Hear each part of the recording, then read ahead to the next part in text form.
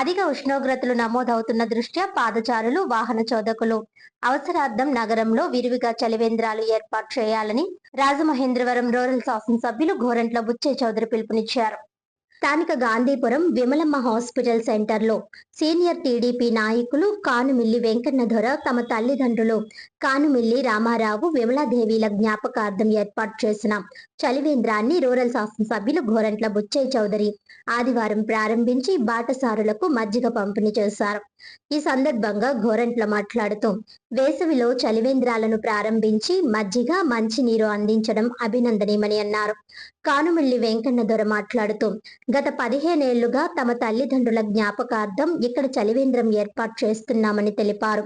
ఈ కార్యక్రమంలో మాజీ కార్పొరేటర్ గొర్రెల సురేష్, మాజీ ఎంపీపీ గంగిన హనుమంతరావు, సూరంపూడి శ్రీహరి, కట్టా సత్యనారాయణ, ఆనం వెంకటేశ్వరరావు, ఆనం చిన్న, పాలిక ప్రసాద్, గుత్తుల రామచంద్రరావు, తలారి భాస్కర్ తదితరులు పాల్గొన్నారు. పాఠశాలకు సేదీర్చడం కోసం కానుమిల్లి రామారావు గారి పేరుతో వారి కుమారుడు వెంకన్నదొర గారు చలివేంద్రాన్ని ప్రారంభిస్తూ ఉన్నారు.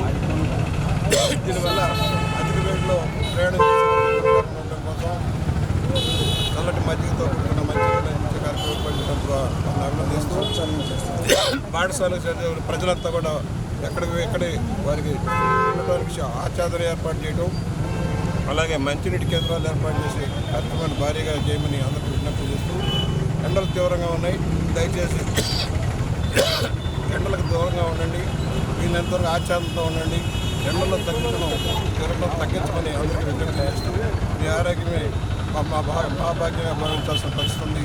దయచేసి ఎవరు కూడా అధిక వేడి బారిన పడవద్దని విజ్ఞప్తి చేస్తాం.